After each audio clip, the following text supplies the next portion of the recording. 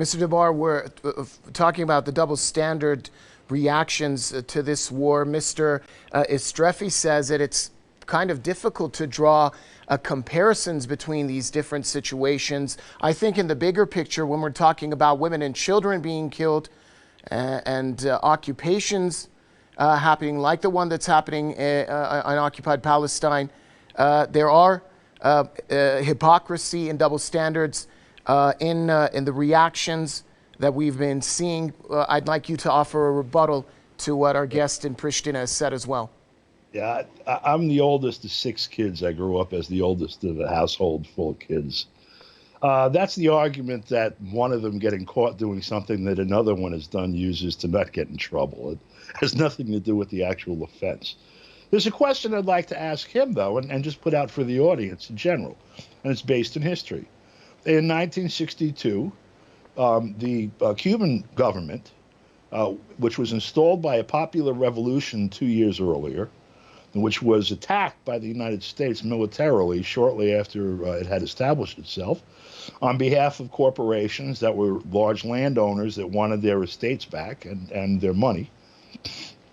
And the Cuban government asked the Soviet Union for military protection, some assistance.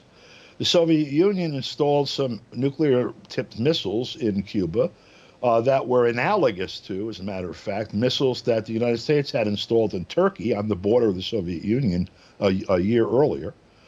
And the United States demanded that they be removed and was prepared to conduct global thermonuclear war over that.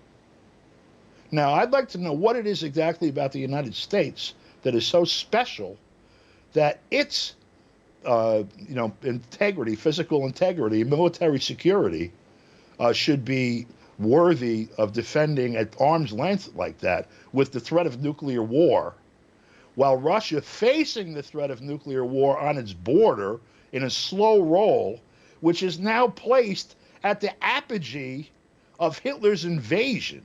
If NATO were to attack now, they would be attacking, with the exception of Belarus, from the deepest that Hitler went in with Operation Barbarossa, and that's without firing a shot. What is it exactly that entitles the United States to so much space for protection and Russia nothing? Okay, so let's hear the answer from Mr. Estrefi before we wrap up the program. Mr. Estrefi, would you like to answer that question? It's really a situation that was critical 60 years ago, or even the Second World War 50, 60 years ago. So I don't feel there is easy to draw any comparison between now and then. It's a different era. And I think it's not really helpful to try and do that. But let me tell you how Russia is perceived in the Western Balkans, in the region where I live.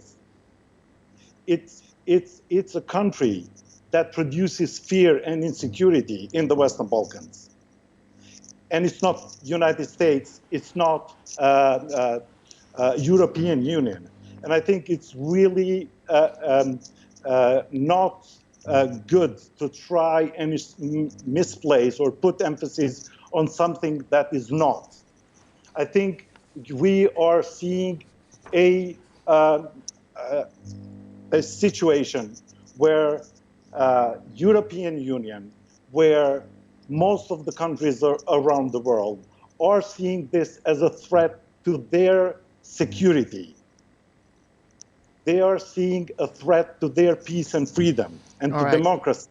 It's not only United States. I'm sorry, I'm going to have to jump in there. That's all the time we have for tonight's show. Allow me to thank my guests, radio host, journalist, and political activist Don DeBar joining us from New York, and also the Balkan Forum Executive Director, Mr.